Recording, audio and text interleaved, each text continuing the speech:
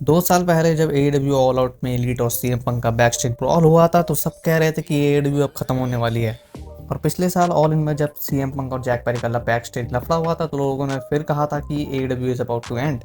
और आज सब फिर कह रहे हैं कि इस बार तो AEW पक्का खत्म होने वाली है। तो आज हम बात करने वाले हैं कल हुई AEW डायनामाइट के बारे में, जिसमें हमें देखने को मिली थी back stage footage of AEW all in, जो कि पिछले साल हुआ था। तो पहले तो मैं तुम्हें एक इसकी छोटी सी समरी बता देता हूँ। यंग बक्स आते हैं इस फुटेज को दिखाने के लिए हमें, और सबसे पहले तो वो अपना मैच प्रमोट करते हैं FTR के अगेंस्ट में जो होने वाला है AEW डायनेस्टी। और फिर वो बताते हैं कि AEW ऑल इन सबसे बड़ा शो था जिसमें उन्होंने रेसल किया था, बट उनके मैच से पहले एक बैक स्टेज इंसिडेंट हुआ था जिसमें 2 इंडिविजुअल्स थे। सबसे पहले तो जैक पेरी, और जैक पेरी की बात करते हुए वो कहते हैं कि किसी ने ऐसा कहा था कि if you got a problem with Jack Perry, अगर आपको जंगल बॉय से कोई प्रॉब्लम है तो आप खुद ही वो प्रॉब्लम है। और ये एक इनडायरेक्टली शॉट था CM पंक में। फिर वो बात करते हैं दूसरे इंडिविजुअल के बारे में जो कि CM पंक थे, पर वो उनका नाम नहीं लेते हैं और बताते हैं कि वो कोशिश करते हैं पूरे शो को अपने बारे में बनाने की, और वो बहुत ही अच्छे दोस्त हैं FTR के, और जो कि उन्हें सोचने में मजबूर कर देती है कि कहीं FTR इस बैक स्टेज इंसिडेंट के मास्टरमाइंड तो नहीं है, जो कि डेफिनेटली एक स्टोरी लाइन के अकॉर्डिंग उन्होंने कहा ये सब। और वो बताते हैं कि जो वर्स्ट पार्ट था इस इंसिडेंट का वो तो इंसिडेंट के बाद हुआ था, और वो ये था कि शो खतरे में था ना होने के, बट वो लकी थे कि ये शो उसके बाद भी हुआ। और फिर बक्स हमें क्लिप्स दिखाते हैं, और जब क्लिप्स हमें दिख रही होती हैं तो उस टाइम में CM पंक के चैंट भर भर के लग रहे होते हैं क्राउड में। और फुटेज में हमें जो देखने को मिलता है वो ये होता है कि जैक पेरी अपना मैच खत्म करके आ रहे होते हैं बैक स्टेज में, और फिर CM पंक उनके सामने आते हैं और कुछ बातें होती हैं वहाँ पे जो कि हमें सुनाई नहीं देती क्योंकि जो क्लिप है वो म्यूट होती है। वहाँ पे समोआ जो भी होते हैं, जेरी लिन भी होते हैं, क्रिस हीरो भी होते हैं और बहुत सारे लोग होते हैं स्टाफ के। और फिर थोड़ी बातचीत होने के बाद CM पंक और जैक पेरी के बीच में जैक पेरी अपने बाल बना रहे होते हैं, तभी CM पंक उन्हें धक्का देते हैं और उन्हें चोक करने लग जाते हैं। समोआ जो बीच में आते हैं और उन्हें रोकने की कोशिश करते हैं, और जेरी लिन भी बीच में आते हैं और रोकने की कोशिश करते हैं CM पंक को। और फिर उसके बाद CM पंक कहीं मुड़ के देखते हैं और वो किसी से कहते हैं, पर हमें दिखाई नहीं देता कि वो किस बंदे से कह रहे होते हैं। मेरे हिसाब से वो डेफिनेटली टोनी खान थे, और वो वही लाइन कह रहे होते हैं कि you are a fucking clown और ये कंपनी जोक है, आई क्विट। और सिर्फ हमें इतना कुछ ही देखने को मिलता है इस क्लिप में। और उसके बाद FTR हमें देखने को मिलती है जो कि इसी के बारे में, इसके बारे में नहीं, आई मीन उनके मैच के बारे में बात करती है जो कि होने वाला है डायनेस्टी अगेंस्ट यंग बक्स। तो उसके बारे में तो हम बात नहीं करेंगे। तो चलो अब हम इस पूरे ड्रामा के ऊपर बात कर लेते हैं। तो अगर तुम मेरा रिएक्शन पूछो कि मेरा रिएक्शन क्या था इस क्लिप को देखने का, तो मैं ये कहूंगा कि मेरे को लगता है कि ये वर्स्ट डिसीजन है AEW कंपनी की हिस्ट्री का। और वो इसलिए है क्योंकि अगर CM जो भी अपने इंटरव्यू में कहा था एरियल हिलवानी के साथ वो सच था, तो फिर ये क्लिप दिखाने का फायदा ही क्या हुआ भाई। It's just a waste of time I think.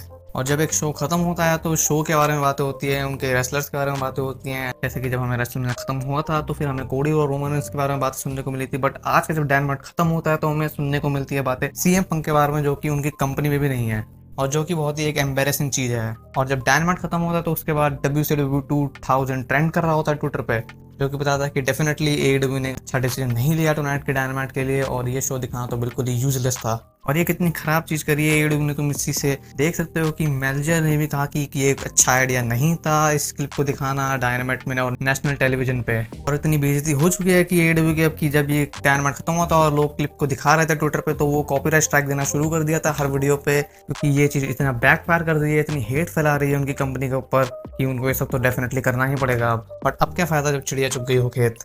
और इसके बाद CM पंक भी रिएक्ट करते हैं इस चीज को लेकर। वो सिर्फ एक इंस्टाग्राम में स्टोरी पोस्ट करते हैं और इसमें लिखा हुआ था मिशन अकम्प्लिश्ड। और इससे तो ये लग रहा है देख के कि CM पंक को लगता है कि वो जीत चुके हैं। तो अगर टोनी खान ने ये सब रेटिंग्स ले किया था तो फिर क्या वो सक्सेसफुल हुए हैं? मैं तो कहूंगा बिल्कुल भी नहीं, क्योंकि आज की जो डायनामाइट की व्यूअरशिप आई है वो ये है कि कल की डायनामाइट को देखा था एवरेज 8,19,000 लोगों ने, जो कि मेरे हिसाब से एक बिल्कुल भी अच्छी रेटिंग नहीं है। यहाँ एवरेज में तो ये ठीक है, बट डेफिनेटली AEW ने इससे भी अच्छा किया है इस साल में मेरे हिसाब से।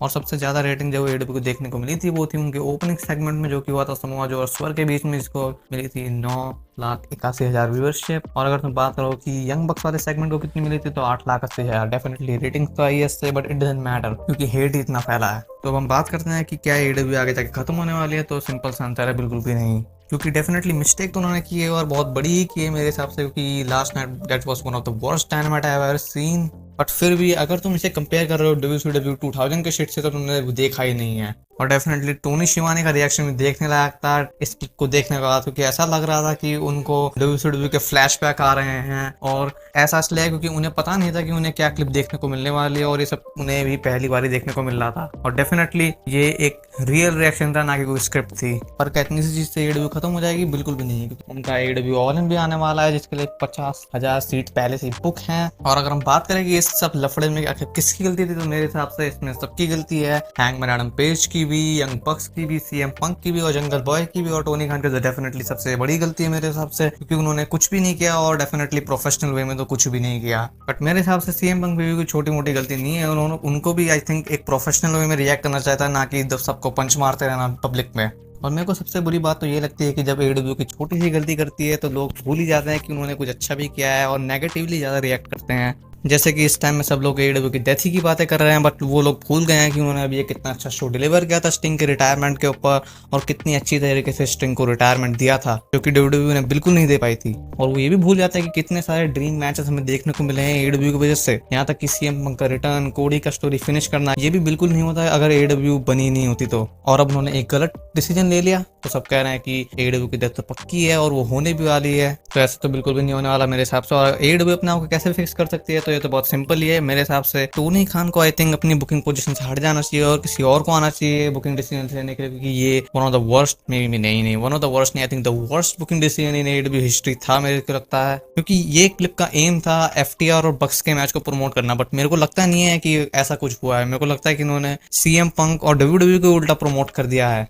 और सोचो यार कि अगर AEW खत्म हो जाएगी कल को, तो जो AEW का पूरा रोस्टर है वो किधर जाएगा? WWE में पूरा फिल हो जाएगा ऐसा? तो WWE तो ऐसा तो बिल्कुल नहीं होने वाला।